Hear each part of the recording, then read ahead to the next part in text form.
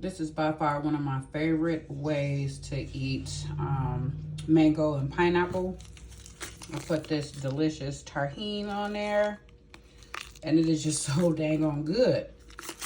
I just put it on there pretty much until my ancestors say stop.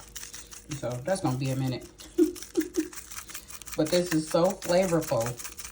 It's so delicious. Just look at it. That mango is like delicious. It's so sweet.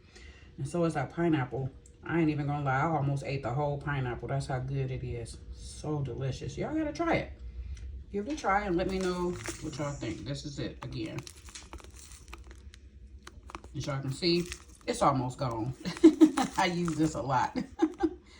Here are the nutritional facts for anybody that's interested in those as well. All right, bon appetit. Now, if you want something a little more spicier, this one is habanero Tajín. And this is the bomb. You know how I am. I love me some spice.